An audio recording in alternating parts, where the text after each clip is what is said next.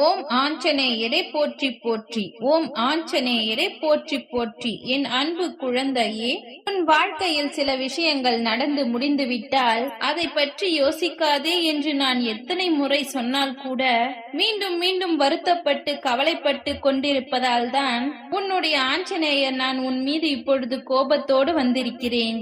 இன்னும் எத்தனை நாட்கள் தான் நீ கண்கலங்கி மனதிற்குள் வேதனையை சுமந்து கொண்டு நீ வாழப் போகிறாய் என் செல்லமே? எல்லா மனிதர்களுடைய வாழ்க்கையிலும் எப்பொழுதும் ஏதாவது ஒரு 2 விஷயங்கள் உறுத்தி கொண்டே தான் இருக்கும். என்னவென்று தெரியுமா? ஒன்று, இந்த விஷயத்தை நாம் அப்படி செய்திருக்கலாமோ, இன்னொன்று இதை செய்யாமல் இருந்தால் பிரச்சனையே வந்திருக்காதோ என்று யோசிப்பது. நீ ஏன் இப்படி தவறாகவே யோசிக்கிறாய்? இரண்டுமே நடந்து முடிந்து விட்டது அல்லவா? அதை நீ செய்தும் விட்டாய், இதை நீ இப்படி பேசியும் விட்டாய். அதெல்லாம் நடந்து முடிந்து நீ பிரச்சனையில் சிக்கி தவித்துக் கொண்டிருக்கும் பொழுது நாம் ஏன் செய்தோம் என்று யோசிப்பதால் என்ன உனக்கு நடந்துவிடப் போகிறது?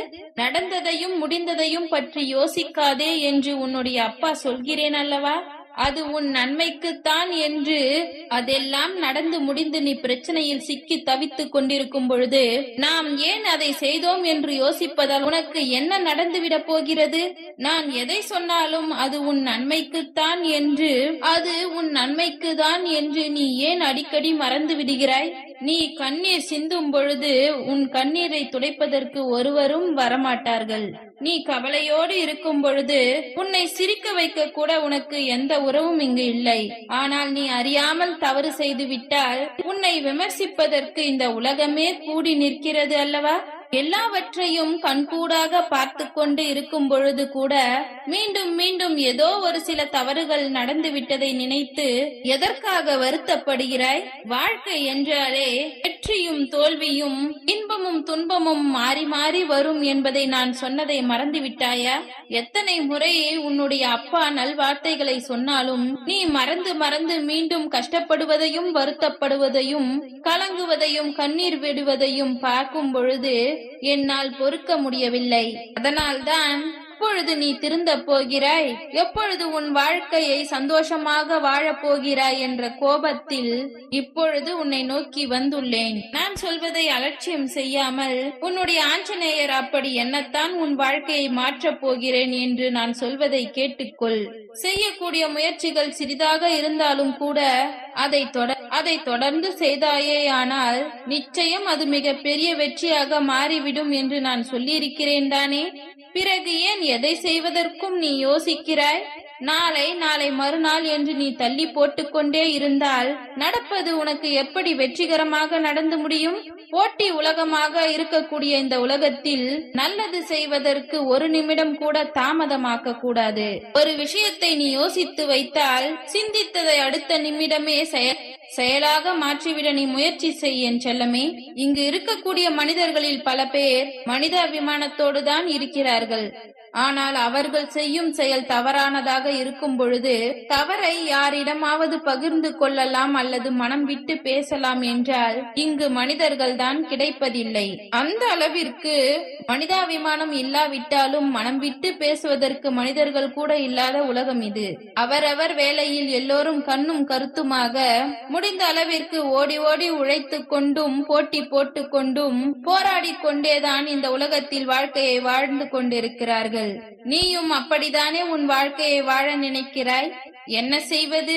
கலியுக காலமான இதில் கெட்டதையும் கெடுதலையும் தீயதை செய்து கொண்டிருப்பவர்கள் தான் இங்கு நன்றாக வாழ்ந்து கொண்டிருக்கிறார்கள். அதை மாற்றி அமைக்க முடியாமல் எல்லோரும் ஒருவருக்கு ஒருவர் போட்டி போட்டு கொண்டு முன்னேற துடிக்கிறார்கள். நான் பார்த்து கொண்டு தான் இருக்கிறேன் என் செல்லமே. நடப்பதை மாற்ற முயலாது என்பது உண்மைதான். ஆனால் நீ நினைப்பதை மாற்றிக்கொண்டால், இது நடக்காது என்ற உண்மையை நீ ஏற்றுக்கொண்டால் நடக்க கூடியதையாவது சரியாக செய்யலாம் அல்லவா? எது நடந்ததோ அது தவறாக நடந்திருந்தாலும் கூட அதை நினைத்து நீ பெரிதாக வருந்த வேண்டாம். நடக்க போவது நல்லதாக இருக்கும் என உன் ஆஞ்சநேயர் என் மீது நம்பிக்கை வை. இதை விட்டால் வேற வழியே இல்லை என்ற சூழ்நிலை வரும்பொழுது உனக்குள் இருக்கும் தைரியமும் தன்னம்பிக்கையும் உன்னிடம் இருந்து எழுந்து வெளிவருகிறது அல்லவா? அது உனக்கான வழிகளையும் வாழ்க்கைக்கான சில வழிகளையும் காட்டுகிறது அல்லவா? அதை பின்பற்றி அப்படியே வாழ ஆரம்பி. அதன் மூலமாக உன் வாழ்வில் உச்சத்தை தொடத்தான் போகிறாய். அள்ளிக் கொடுப்பதில் தவறில்லை தங்கமே, ஆனால் அதில் உனக்கும் கொஞ்சம் கிள்ளி வைத்துக்கொள். ஏனெனில் இப்பொழுது இருக்கக்கூடிய இந்த அவசர யுகத்தில் உனக்கு தேவை என்றால் உன்னிடம் இருந்து அள்ளிச் சென்றவர்கள் திரும்பி வரவும் மாட்டார்கள்.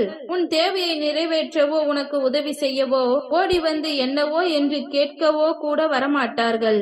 அப்படிப்பட்ட உலகமாக இது எப்பொழுதோ மாறிவிட்டது. அதனால்தான் எப்பொழுதும் உனக்கென ஒரு சேமிப்பை வைத்துக்கொள். பெற்ற பிள்ளையையோ உற்றார் உறவினரையோ எப்பொழுதும் சார்ந்திருக்காதே. உன்னை சார்ந்து மற்றவர்கள் இருக்கும்படி நீ உயர்வான வாழ்க்கையை வாழ்ந்து கொண்டிரு என்று நித்தமும் நான் சொல்லிக் கொண்டே இருக்கிறேன். தவறு செய்தால் மட்டுமல்ல, தவறான மனிதர்களுக்கு நல்லதை செய்தால் வருந்திதானே ஆக வேண்டும். உன் வாழ்வில் இருக்கக்கூடிய நல்லவர்களையும் கெட்டவர்களையும் சரியாக கண்டுபிடித்து அவர்களுக்கு உண்டான செயல்களை செய்யப்பார். எதுவுமே இல்லாமல் ஆதரவற்று வாழ்பவர்கள் எப்படி வருந்துவார்களோ தெரியாது.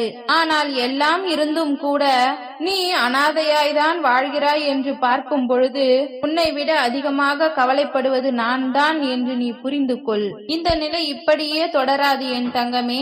உனக்கு உன் குடும்ப வாழ்க்கையில் எதை மாற்ற வேண்டுமோ அதை நான் மாற்றுவேன். நீ எதிர்பார்க்கக்கூடிய சந்தோஷம் எவ்வளவு பெரியதாக இருந்தாலும் சரி, அதை உன்னிடம் ஒப்படைக்காமல் நான் உன்னை விட்டு விலக மாட்டேன் என் செல்லமே. அனுபவசாலி என்பவன் அதிகமாக அடைந்தவன் என்பதை விட அதிகமாக இழந்தவனாகத்தானே இருக்கிறான்.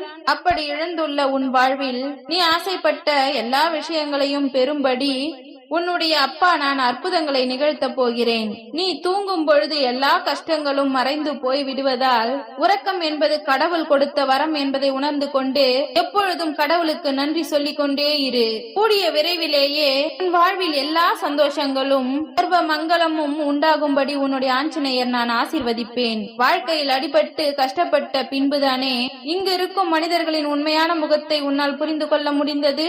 எல்லாம் சரி, கொஞ்சம் பொறுமையாக சில நேரங்களில் நீ சிறந்ததை பெறுவதற்கு முன்பாக நீ மோசமானவற்றை சந்திக்க வேண்டியிருக்கும் என்று எழுதப்பட்டிருப்பதால் தான் இப்பொழுது அதன்படிதான் இப்பொழுது நீ அத்தனை கஷ்டங்களையும் அனுபவித்து விட்டாய். இதன் முடிவாக இனி உன் வாழ்வில் எல்லா நன்மைகளும் நடக்கும் என் செல்லமே.